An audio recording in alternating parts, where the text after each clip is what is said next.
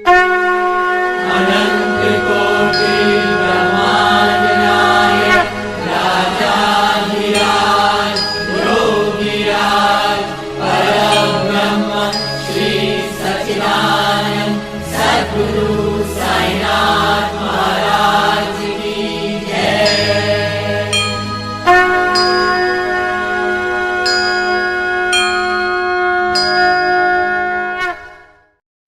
ओम श्री साईनाथाय नमः। आइए आज हम सभी मिलकर अध्याय 3 को श्रवण करते हैं और श्री साईं सच्चरित्र पढ़ने वाले तथा सुनने वाले दोनों ही भाग्यशाली होते हैं। आइए अध्याय प्रारंभ करते हैं। श्री साईं बाबा की स्वीकृति, आज्ञा और प्रतिज्ञा, भक्तों को कार्य समर्पण, बाबा की लीलाएं, ज्योति स्तंभ स्वरूप, मातृ प्रेम, रोहिला की कथा, उनके मधुर अमृतोपदेश, श्री साईं बाबा की स्वीकृति और वचन देना। जैसा कि गत अध्याय में वर्णन किया जा चुका है कि बाबा ने सच्चरित्र लिखने की अनुमति देते हुए कहा कि सच्चरित्र लेखन के लिए मेरी पूर्ण अनुमति है। तुम अपना मन स्थिर कर मेरे वचनों में श्रद्धा रखो और निर्भय होकर कर्तव्य पालन करते रहो।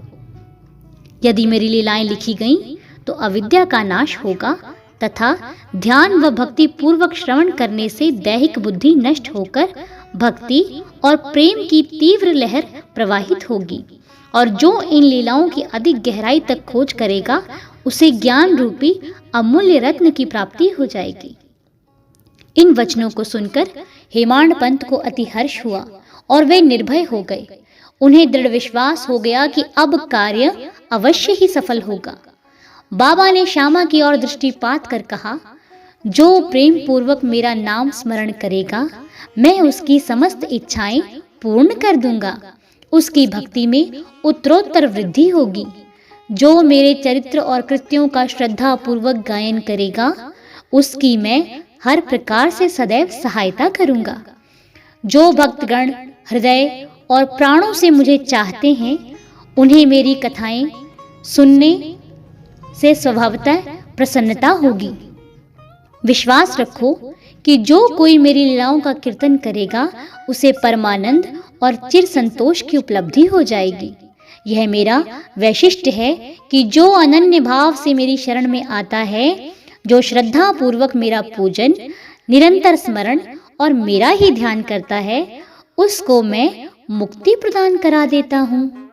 जो नित्य प्रति मेरा नाम स्मरण और पूजन कर मेरी कथाओं और लीलाओं का प्रेम पूर्वक मनन करते हैं, ऐसे भक्तों में सांसारिक वासनाएं और अज्ञान रूपी प्रवृत्तियां कैसे ठहर सकती हैं? मैं उन्हें मृत्यु के मुख से बचा लेता हूँ। मेरी कथाएं श्रवण करने से मुक्ति हो जाएगी। अतः मेरी कथाओं को श्रद्धा पूर्वक सुनो, मनन करो। सुख और संतोष प्राप्ति का सरल मार्ग यही है। इससे श्रोताओं के चित्त को शांति प्राप्त होगी और जब ध्यान प्रगाढ़ और विश्वास दृढ़ हो जाएगा तब अखंड चैतन्य घन से अभिन्नता प्राप्त हो जाएगी। केवल साईं साईं के उच्चारण मात्र से ही उनके समस्त पाप नष्ट हो जाएंगे।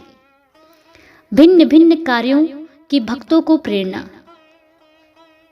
भगवान अपने किसी भक्त को मंदिर, मठ, किसी को नदी के तीर पर घाट बनवाने, किसी को तीर्थ पर्यटन करने और किसी को भगवत कीर्तन करने एवं भिन्न भिन्न कार्य करने की प्रेरणा देते हैं।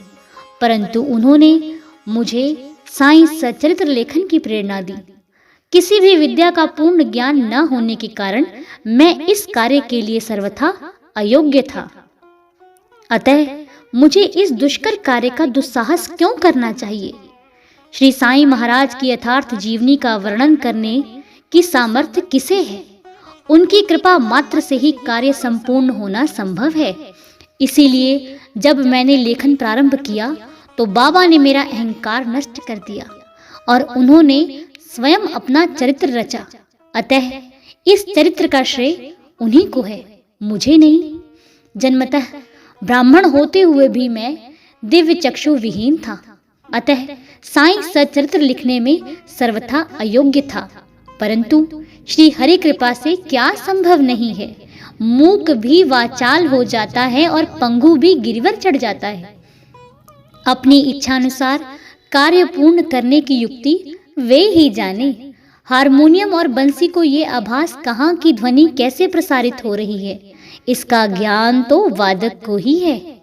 चंद्रकांत मणि की उत्पत्ति और ज्वार भाटे का रहस्य मणि अथवा उद्धधि नहीं, वरन शशि कलाओं के घटने बढ़ने में ही निहित है। आइए अब जानते हैं बाबा का चरित्र, ज्योति स्तंभ स्वरूप। समुद्र में अनेक स्थानों पर ज्योति स्तंभ इसलिए बनाए जाते हैं जिससे नाविक चट्टानों और दुर्घटनाओं से बच जाए, जहाज को कोई हानि ना पहुंचे। इस भवसागर में श्री साईं बाबा का चरित्र ठीक उपयुक्त भांति ही उपयोगी है। वह अमृत से भी अति मधुर और सांसारिक पथ को सुगम बनाने वाला है। जब वह कानों के द्वारा हृदय में प्रवेश करता है तब दैहिक बुद्धि नष्ट हो जाती है और हृदय में एकत्रित करने से समस्त कुशंकाएं लोप हो जाती हैं। अहंकार का विनाश हो जाता है तथा बौद्धिक आवरण लुप्त होकर ज्ञान प्रकट हो जाता है। बाबा की विशुद्ध कीर्ति का वर्णन निष्ठापूर्वक श्रवण करने से भक्तों के पाप नष्ट होंगे, अतः यह मोक्ष प्राप्ति का भी सरल साधन है। सतयुग में शम तथा दम, त्रेता में त्याग, द्वापर में पूजन और कलयुग में भगवत कीर्तन ही मोक्ष का साधन है। यह अंतिम साधन चारों वर्णों के लोगों को भी साध्य है। अन्य साधन योग, त्याग, ध्यान, धारणा आदि आचरण करने में कठिन है, परंतु चरित्र तथा हरि कीर्तन का श्रवण तो अत्यंत ही सुलभ है। केवल उन पर ध्यान देने की ही आवश्यकता है।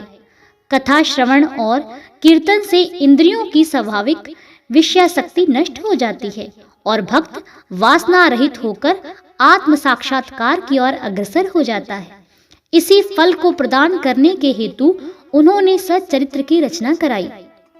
भक्तगण अब सरलता पूर्वक चरित्र का अवलोकन करें और साथ ही उनके मनोहर स्वरूप का ध्यान कर गुरु और भगवत भक्ति के अधिकारी बने तथा निष्काम होकर आत्म साक्षात्कार को प्राप्त हो। साईं सच्चरित्र का सफलता पूर्वक संपूर्ण होना यह साईं महिमा ही समझे। हमें तो केवल एक निमित्त मात्र ही बनाया गया है। मात्र प्रेम। गाय का अपने बछड़े पर प्रेम सर्वविदित ही है। उसके स्तन सदैव दुग्ध से पूर्ण रहते हैं और जब भूखा बछड़ा स्तन की ओर दौड़ कर आता है तो दुग्ध की धारा स्वतः प्रवाहित होने लगती है। उसी प्रकार माता भी अपने बच्चे की आवश्यकता का पहले से ही ध्यान रखती है और ठीक समय पर स्तन पान कराती है। वह बालक का श्रृंगार उत्तम ढंग से करती है, परंतु बालक को इसका कोई भान ही नहीं होता। बालक के सुंदर श्रृंगार आदि को देखकर माता के हर्ष का पारावार नहीं रहता। माता का प्रेम विचित्र, असाधारण और निस्वार्थ है, जिसकी कोई उपमा नहीं है। ठीक इसी प्रकार सतगुरु का प्रेम अपने शिष्य पर होता है। ऐसा ही प्रेम बाबा का मुझ पर था। उदाहरणार्थ वह निम्न प्रकार था। सन 1916 में मैंने नौकरी से अवकाश ग्रहण किया। जो पेंशन मुझे मिलती थी वह मेरे कुटुंब के निर्वाह के लिए अपर्याप्त थी। उसी वर्ष की गुरु पूर्णिमा के दिवस मैं अन्य भक्तों के साथ शिरडी गया। वहां अन्ना चिंचिणकर ने स्वतः ही मेरे लिए बाबा से इस प्रकार प्रार्थना की, इनके ऊपर कृपा करो। जो पेंशन इन्हें मिलती है वह निर्वाह योग्य नहीं है। कुटुंब में वृद्धि हो रही है। कृपया और कोई नौकरी दिला दीजिए ताकि इनकी चिंता दूर हो जाए और ये सुखपूर्वक रहें। बाबा ने उत्तर दिया कि इन्हें नौकरी मिल जाएगी, परंतु अब इन्हें मेरी सेवा में ही आनंद लेना चाहिए। इनकी इच्छाएं सदैव पूर्ण होंगी। इन्हें अपना ध्यान मेरी ओर आकर्षित कर अधार्मिक तथा दुष्ट जनों की संगति से दूर रहना चाहिए। इन्हें सबसे दया और नम्रता का बर्ताव और अंतःकरण से मेरी उपासना करनी चाहिए। यदि ये इस प्रकार आचरण कर सके तो नित्यानंद के अधिकारी हो जाएंगे। रोहिला की कथा। यह कथा श्री साईं बाबा के समस्त प्राणियों पर समान प्रेम की सूचक है।